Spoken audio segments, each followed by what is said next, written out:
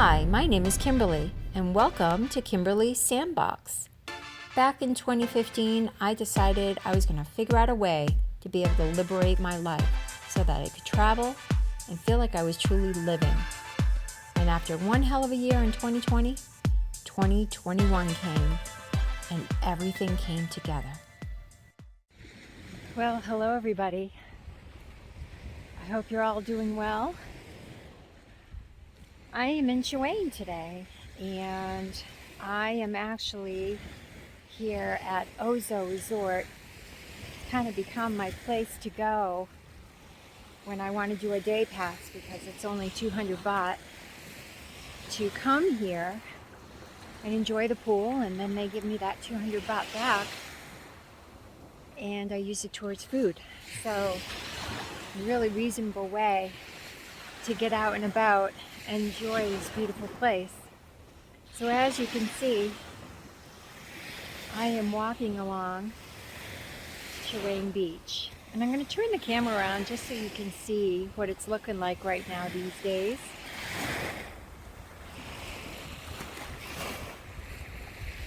It's the perfect day to be out here. I've got a little bit of overcast, so it's not too hot.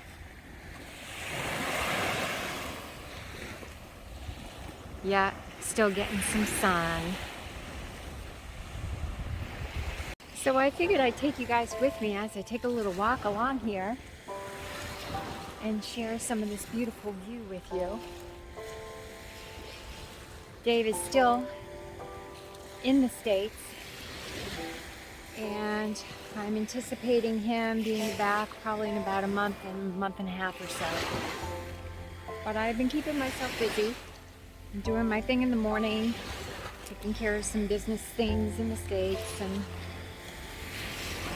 been going to the gym, and I just brought our dog Bella to the vet the other day actually, and had her checked all out to make sure she's doing okay.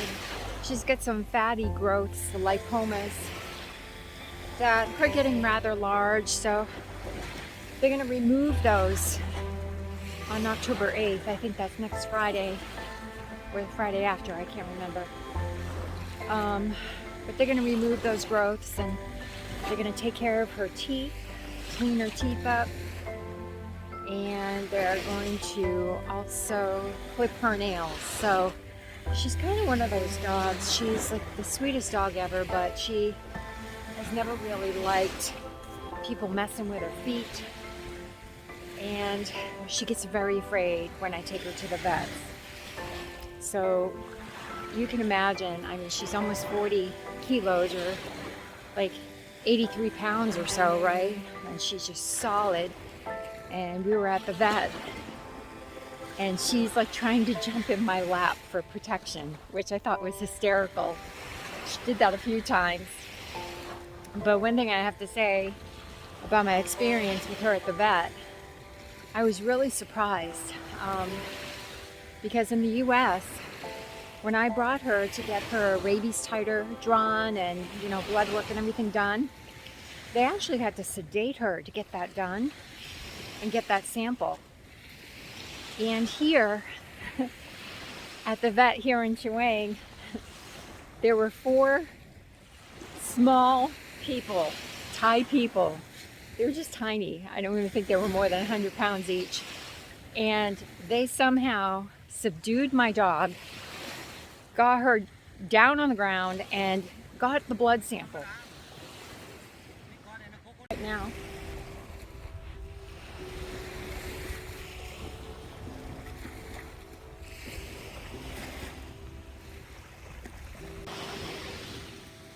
Anyway, so back to Bella and that whole experience. She was completely tuckered out after that. She was super stressed, and I brought her home, and she sat out on the floor, and that was that. But I'm glad she's getting the surgery done, and it was extremely reasonably priced, I think. For my appointment the other day with her, I think I paid 1,100 baht which is kind of like maybe $35 or so US. And that included her checkup, and that included the blood draw and everything. And they also gave me some medication to kind of chill her out before I bring her in on the day of surgery. And then they gave me a quote. And the quote for her surgery, which includes her anesthesia, removal of 2 rather large growths, her teeth, her nails, and she's got a couple other small growths as well. They're gonna remove, all for $7,600 baht, and US that's about like $220, $230. So I was very, very happy to hear that. And this veterinarian here in Chaweng has come highly recommended from some of my friends in the hiking group. And he was really, really good. Speaks great English. I'll share with you guys the information as well. So if you're looking for a good vet, I would certainly bring your animals to the vet here in Chaweng. The vet office is located directly across from the Chaweng post office, right in that area.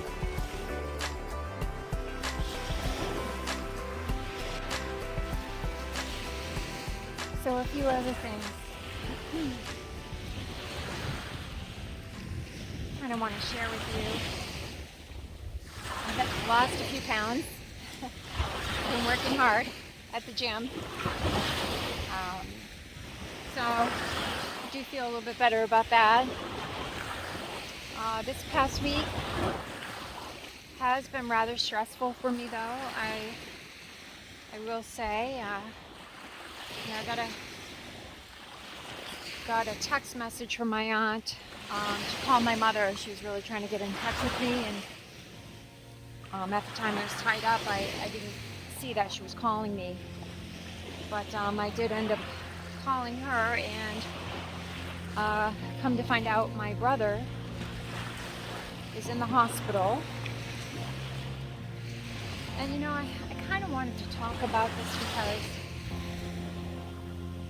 this is a difficult situation for someone that is, overseas, and you're literally, I'm like half a world away, you guys.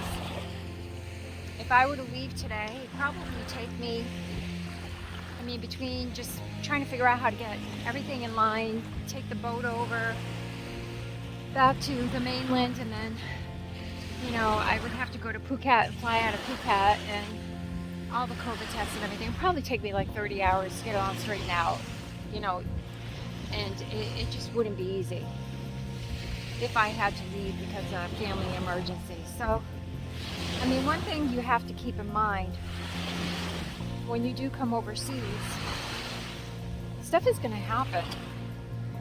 And I think that all plays into the what ifs in life, right? What if this has happened? What if this happens? What if that happens? What if so-and-so gets sick? What if, and then again, you can't stop living because something might happen. Now, granted, he's chronically ill. And yeah, we've known this for a long time. However, the illness that he has, it's not going to get any better. And eventually he's, probably going to lose this fight. And I don't know when that will be, but again, I can't not live and do the things I want to do in life because something might happen. And something will happen eventually. I hate to say it, I hope I don't sound cold, but it's true. And I've been a nurse for a really long time, you guys, and I don't know if that has just kind of made me look at illness and chronic disease differently, and look at it in a different way than most people do, I guess, that are not in medical care. It's not that I don't care, and I really do hope that people know that it's not that I don't care. And the reason why I'm here is partly to kind of just find my joy in life, you guys. When you're around people that are very sad all the time, or really ill all the time, or always having problems, always. And if it's been going on for years and years and years, it takes a heavy toll. It takes a really heavy toll. And I don't talk about how much it's impacted me. But it has.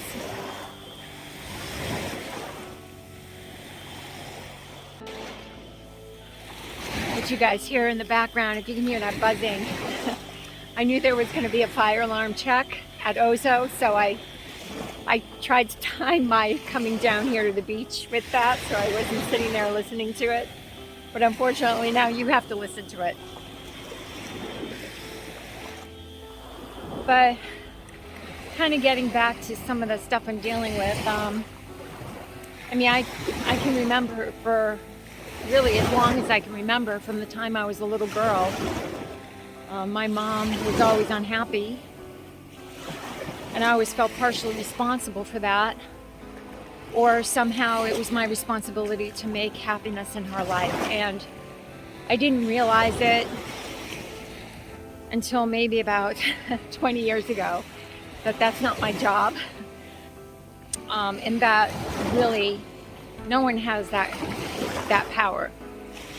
Yeah, people can make you happy in the moment, but they can't give you that inner joy and that inner peace and that inner just beam of light that you have in your heart. And I can't do that for her. And I can't take away my brother's illness. I can't take away his pain. I can't take away the mistakes he's made in life. I can't fix it. And again,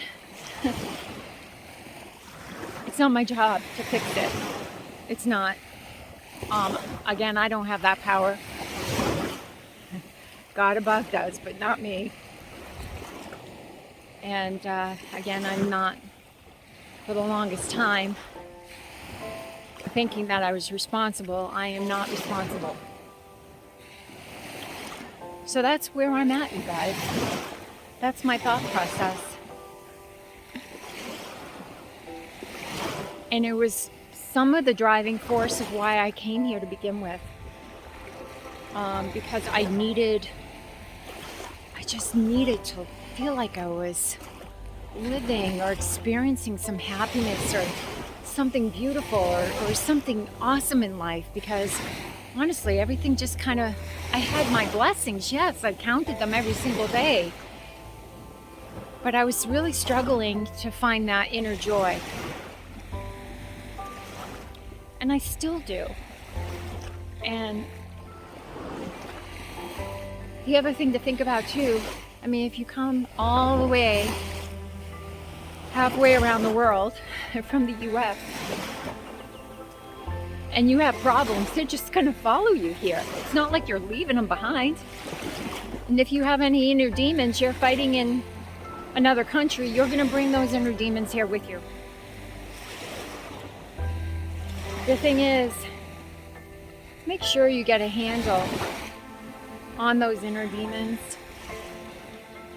because they will indeed take over your entire life, rob you of your joy, ruin your life. Yeah. It's not easy, guys. Not easy. I don't know what's going to happen. This could be just another bump in the road for him, where he struggles and gets over it and goes home and goes back to really a poor quality of life that he has. Or who knows? This could be the worst case scenario.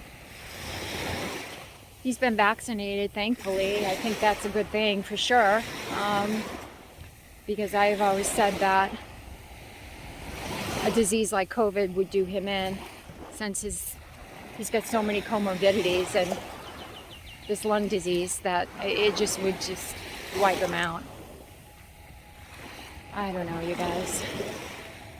I'm just talking about life and my stuff. Because we all have our stuff, don't we? We all have it. And, you know, I am in this beautiful place, but it certainly doesn't change the fact that I have problems and concerns in my life just like anybody else. So if it appears on my YouTube videos that the world is perfect in Kimberly's sandbox, it's not. You know, I do feel like, I've said this before too, that God doesn't give us a perfect life, you know. He's not going to give us a perfect life, but He certainly gives us the choices to try and make a perfect life, or get to as close to one as we can. Maybe perfection is a facade that we all have been brainwashed with, that we're supposed to have that in life, and it's very difficult, certainly, to achieve that.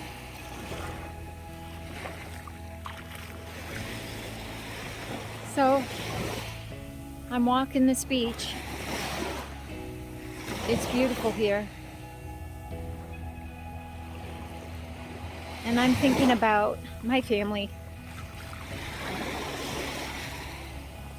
and the people I care about. But also, I chose to be here.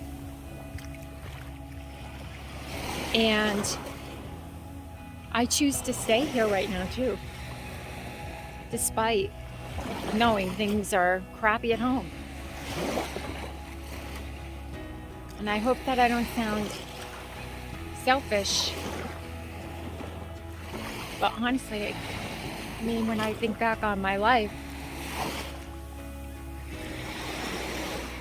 I've always given as much as I could.